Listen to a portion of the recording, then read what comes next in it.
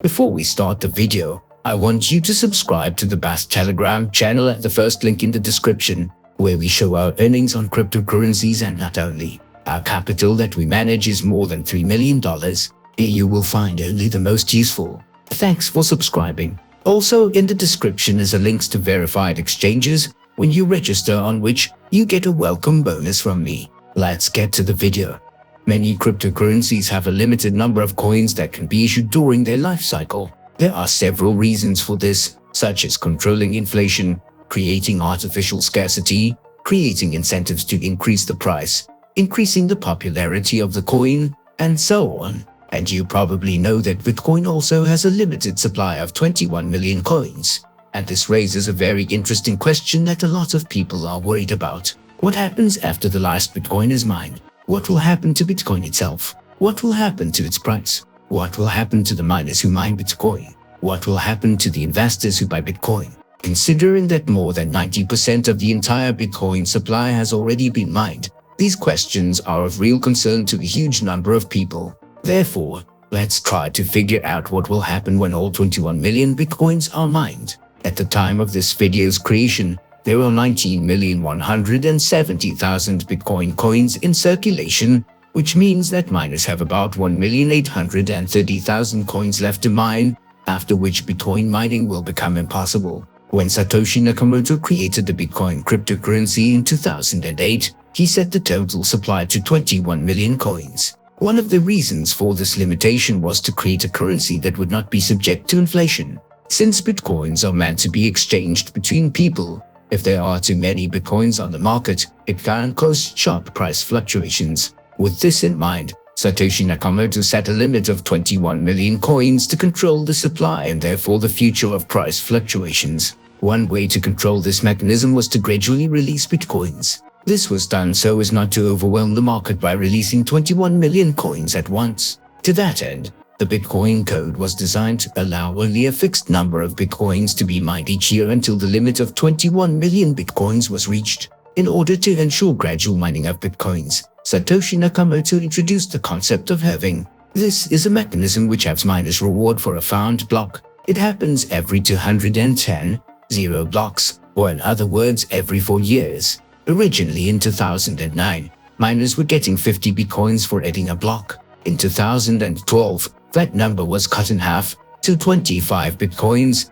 and in 2016 it dropped to 12.5 Bitcoins. The last halving occurred in 2020, and today miners can earn only 6.25 Bitcoins for each new block. A total of 30 to halving are planned. Once they all happen, it will be impossible to create new Bitcoins. Thus, the maximum Bitcoin supply of 21 million coins is reached. This process will end around the year 2140, when the last Bitcoin will be mined. On your screen you can see how many days are left until the next Bitcoin mining, which will happen in 2024. And before you answer the question, what happens after all 21 million Bitcoins are mined? There's another very interesting point to consider. Have you ever wondered, are 21 million Bitcoins a fixed amount that cannot be changed in any way? The fact is that the maximum amount of Bitcoins is fixed, unless the parties involved decide to do something about it. It is theoretically possible to change the total number of Bitcoins by changing the base code.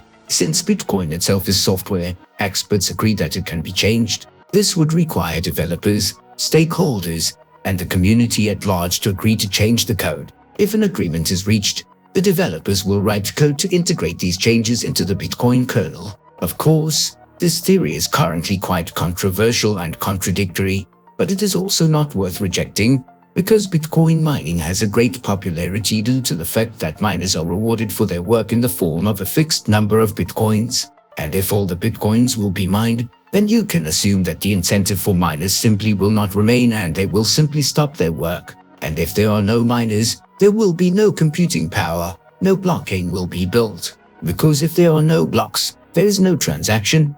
But it's also worth noting here that in addition to getting Bitcoins, miners also get a portion of the transaction fees. Therefore, some experts believe that reaching the maximum Bitcoin supply is not a problem at all, because the transaction fees, which are now only 6% of the existing income of miners, will increase significantly and will compensate for the loss of the rewards that miners were receiving in Bitcoins. All of this information was needed in order to understand what the consequences will be when all 21 million bitcoins are mined. So, if we consider miners who simply will not be able to receive bitcoins as remuneration for their work, because all bitcoins will already be mined. So here we can consider the idea of higher transaction fees to compensate for the lack of remuneration per block. New technology in the future will probably help lower the cost of mining, which will ultimately lead to higher profits for miners. Another theory is that Bitcoin platforms will only be used for large, very high-value transactions that will generate enough revenue to satisfy stakeholders,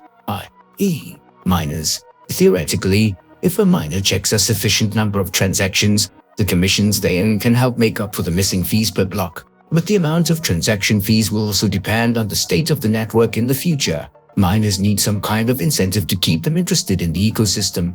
And apart from increasing transaction fees, another way that I briefly mentioned is to change the underlying code and issue more than 21 million bitcoins. If we look at investors who are buying Bitcoin for the long term, things are much better.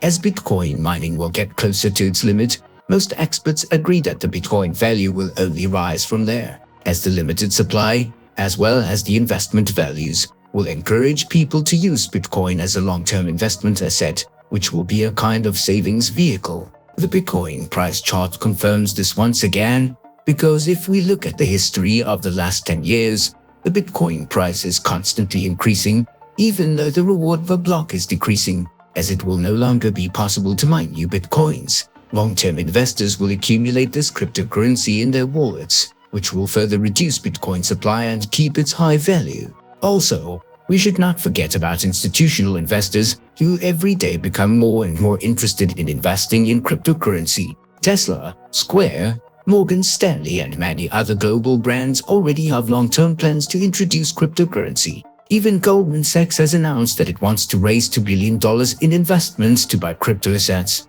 All this suggests that the popularity of cryptocurrencies in the future can only increase, which will attract even more major global companies that will want to take advantage of all the benefits of this sphere, which in turn can bring the price of Bitcoin to new highs. Friends, that's all for today. I want to thank you for watching this video. I hope very much that the information was useful and interesting for you. I wish you all the best and profitable investments. Per block.